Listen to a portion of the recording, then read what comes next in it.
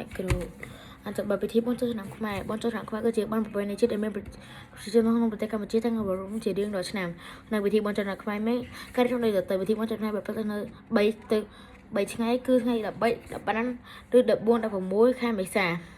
ដូចជារដូវកាលដែលប្រជាពលរដ្ឋខ្មែរទំនេរពីការប្រមូលផលស្រូវនិងអំណកសិកម្មផ្សេងៗមុនពេលប្រារព្ធពិធីបុណ្យចូលឆ្នាំ1ឬ2ថ្ងៃប្រជាជន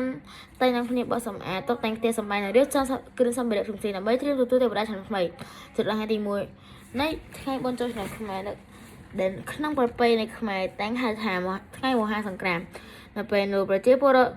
ខ្មែរបានកាន់ជំនឿតាមពុទ្ធសាសនាបានរៀបចំកន្លែងទទួលទេវតាឆ្នាំថ្មីនិងមានគ្រឿងរណ្ដាប់ផ្សេងៗនិងមានការតុបតែងល្អដោយភ្លើងបំណែកផ្លែឈើបន្តមកពួកគេធ្វើការសម្ដែងឲ្យធៀបវិទាននិងគេហដ្ឋានរបស់ខ្លួននៅពេលដែលកំណត់ទេវតាឆ្នាំថ្មីយើងចាំមកប្រសិទ្ធពរជ័យសេរីសុទ្ធដីដើម្បីឲ្យពួកគេទទួលបានសេចក្តីសុខពេញមួយឆ្នាំនៅទី2ជាថ្ងៃបុណ្យចូលឆ្នាំខ្មែរគេហៅថាថ្ងៃវិរៈវណ្ណបត្តិប្រជាជនក្នុងនាមតែវត្តអារាមដើម្បីសំខាន់នាំចំណែកផ្លែឈើទៅប្រគេនព្រះសង្ឃលើពីនេះទៀតក៏មានអ្នកចំល្បែងលេងកម្សាន្តដូចជាចៅឈុងបងអង្គុយលេងកន្សែងនិងមានការច្រៀងរាំបទប្រពៃណី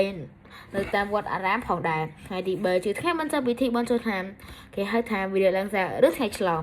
នៅថ្ងៃនោះគេតែងប្រារព្ធពិធីស្រង់ទឹករូបបដិមារូបព្រះពុទ្ធនៅតាម